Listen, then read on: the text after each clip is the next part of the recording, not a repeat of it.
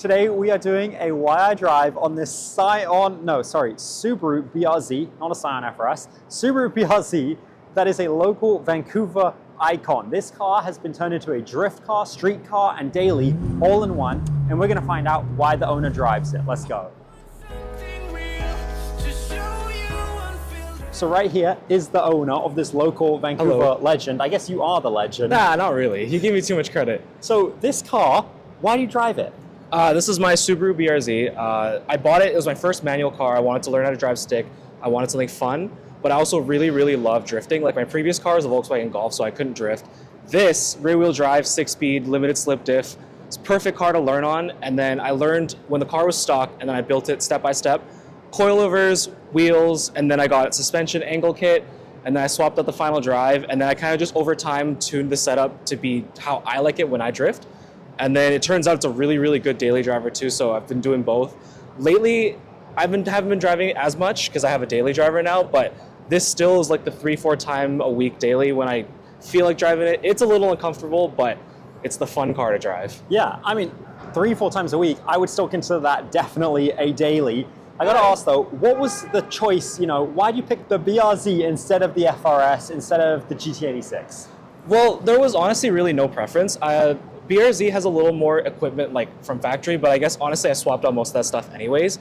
This was really cheap for the mileage when I bought it. I bought it I think at, still 6 years ago at $18,500, which was a great deal. Like the same spec today, I probably can't find it for under 20 grand. Really? Yeah, wow. So it was a really good deal.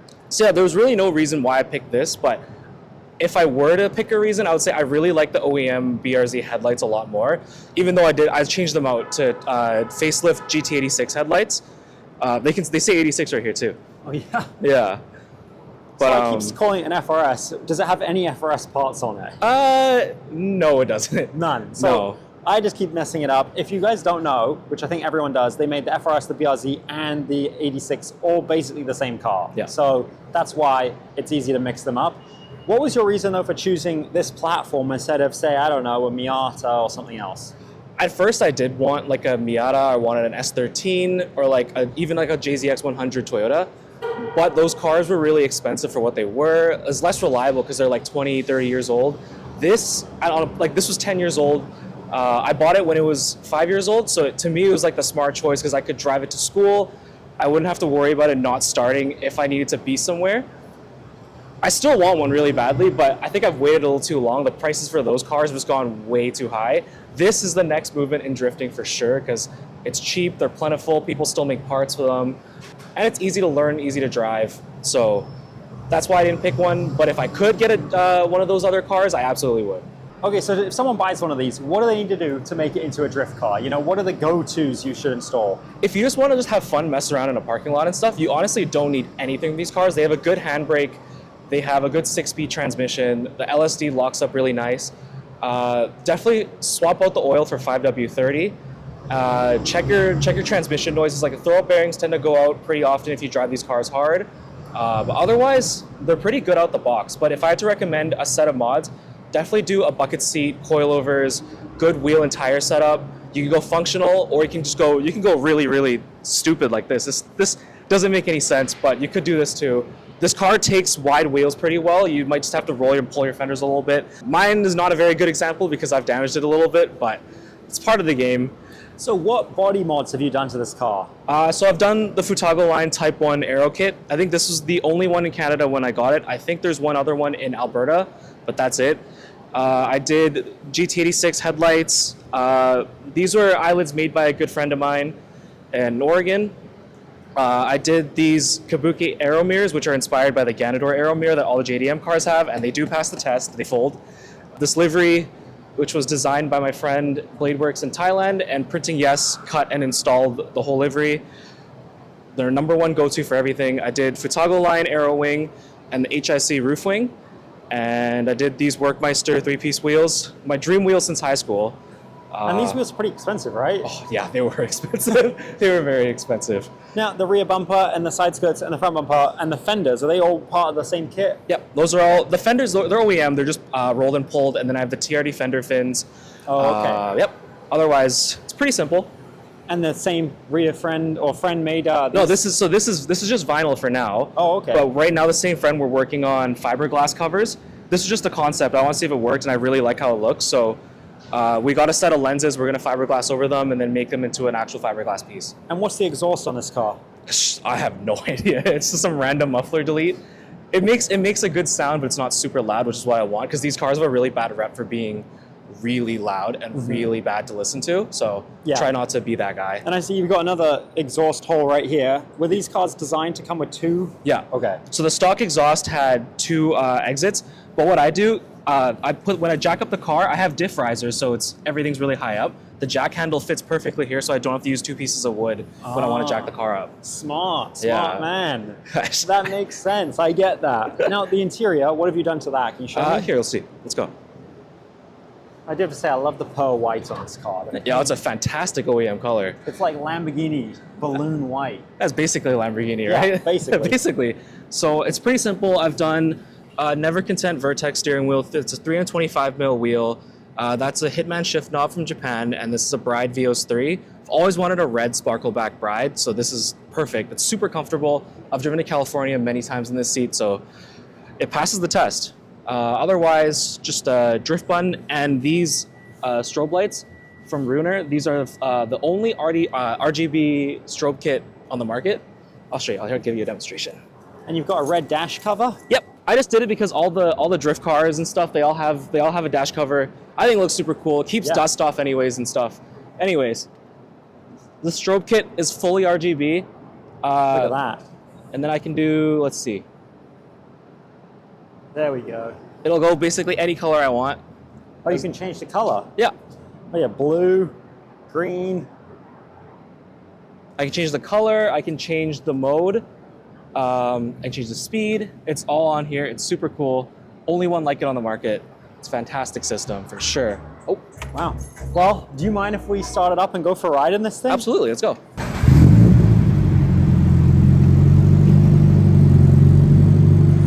That's not too loud, which I like. A lot of these cars, they get riced out and they are obnoxiously loud. All right. Let's do it. Here we go. So we are in the BRZ. Oh my goodness. That's the third time. That's the third time. I am so sorry. It's okay. Everyone makes that mistake all the time anyways. Yeah, I bet most people don't know what it is, right? Yeah, I took all the badges off. The only thing left that's BRZ is the Subaru badge, but no one really looks back there anyways, so.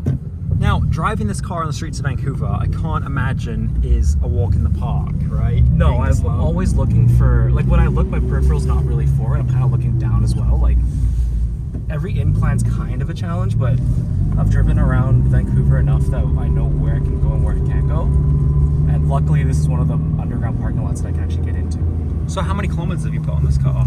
Well, I bought this car at 29,000 and now it's at 169,000, so about 140. Dang. That's cool. Car. You know this car inside and out. Yeah, I've driven this car quite a bit. Wow, and do you plan to keep on driving? Like, Absolutely. Is this your forever car? Yeah. I wasn't going to be a forever car, and then I realized I'm way too deep into this car for it not to be a forever car. Like financially? That, and just, I'm like emotionally way too into this car now. It's like a bit of both. It's actually really nice inside to drive. I thought it was going to be like a race car stripped out. When we go a little faster, there's a bit of like a diff whine because it's the whole rear end solid, but it's other than that, it's pretty tame. Which is what I want. I need it to be like comfortable for me to like be able to drive every day to work, and I think it's okay. Other than the fact that it's a little stiff because it's on 14K Swift springs in the front and 12K in the back. But otherwise, it's not too bad. No, and really you've got comfortable seats in the passenger. You've still got your rear seats. Oh, you've got a helmet right there. Yeah, that's because I forgot to take it out. But yeah. Do you take this to a lot of track events? Yeah, I try to go to every track event locally, and I try to go to most events down south, usually Washington. I go to California to drift quite often, maybe a couple times a year. And you drive this car all the way there? Yeah, drive it there, drive it back. I drift it. It's never skipped a beat. Wow, that's pretty impressive. I trust the car a lot, but there's definitely a bit of like a fear to it when you drive it that far and you beat on it that hard. But I think if you build the car right, it'll take care of you. So, and you probably got homies down there, right? Oh yeah. Has this car transformed your life a lot with the community and friends? And absolutely. I've met a lot of people Both good and bad, mostly good. A lot of people, for sure, people always want to talk about the car. I met a lot of 8.6 owners just going to 8.6 stuff. And just in general, I go out a lot more. Just having my own car to go to a car meet, just like, I don't know. It's not wrong to go to a car meet without a car, but I feel like I'm not participating as actively as if I brought my own car. And when I had a car, I was like, I'm gonna go to everything I can go to. I wasn't very social back in high school, so getting this car just made me more of a social person, I think, for sure. Yeah, Definitely. and I'm guessing if you're like me, every friend you have now is from cars, pretty much. Mostly, yeah. Yeah. Definitely. I think cars have that unique ability to bring you out of, you know, that isolation that you're in your early teens, where you're just kind of maybe at home or playing video games or doing whatever people do nowadays. Yeah, absolutely. I think cars are a really good, like, it's like a good surface level entry point into making close friends. That, like, some friends you don't know, some friends you might end up having for life too. So you like, it's always good to keep an open mind, I think. Car or not, I think it just applies in general everywhere, for sure. Yeah, with lots of different hobbies, right? Yeah, definitely. But me and you have the car, I don't know what you call it, bug. Yeah, absolutely. There's nothing that can replace cars. It's so bad. If I didn't get into cars, I'd have so much money right now. But yeah, it is what it is. I think we can all relate to that, that's for sure. This thing is so sweet. I love what you've done to it and how you personalized it with your own livery. That's cool that you designed it yourself. Thank you. Also, you notice all the stickers up here too. Oh yeah. I feel like if you're the car, like, your interior is where you spend a lot of time, right? So it's like, I feel like it has to be uniquely yours, and you have to feel 100% comfortable in your space. That's kind of what I've thought of every time I do something. I'm like, do I really want to do this, or do I do this because people think it's cool? So nothing was outside influence. Everything was like, I did it because I really, really wanted this part. So there's like nothing that I don't like in here, for sure. Yeah, there's something I admire that I see a lot more in like the Japanese and Asian car culture in general, where they put everything on the interior. You know, you've got little plushies, you've got, you know, trinkets and stickers and memories, you know, everywhere, where I don't see that in Ferraris or classic muscle cars as much. Yeah, well, that being said, I don't think I want to do like most of this to a Ferrari or a classic, but I absolutely get what you mean, for sure. Well, what's it like drifting this car? Why don't I show you? We gotta find somewhere first. I have a couple of places in mind we can go really quick.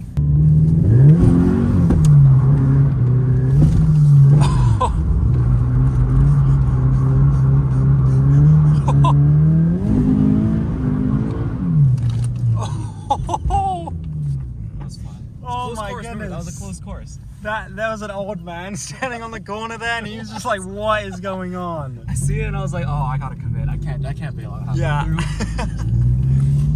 Wow, that was fun. I see why you want to do that a lot. Adrenaline is pretty exciting. It's fantastic.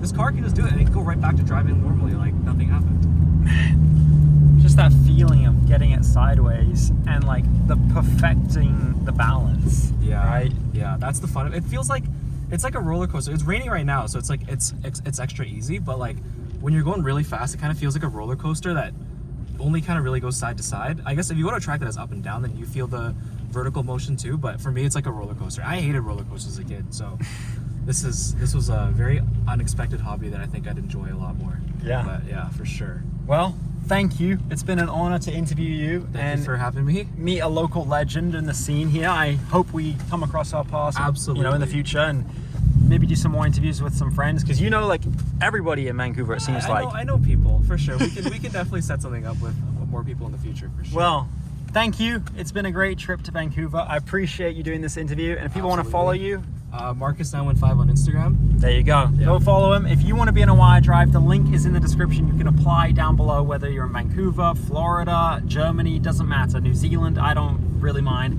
One day I hope to get to you. So put the link in, or the link is in the description. Apply, submit your car.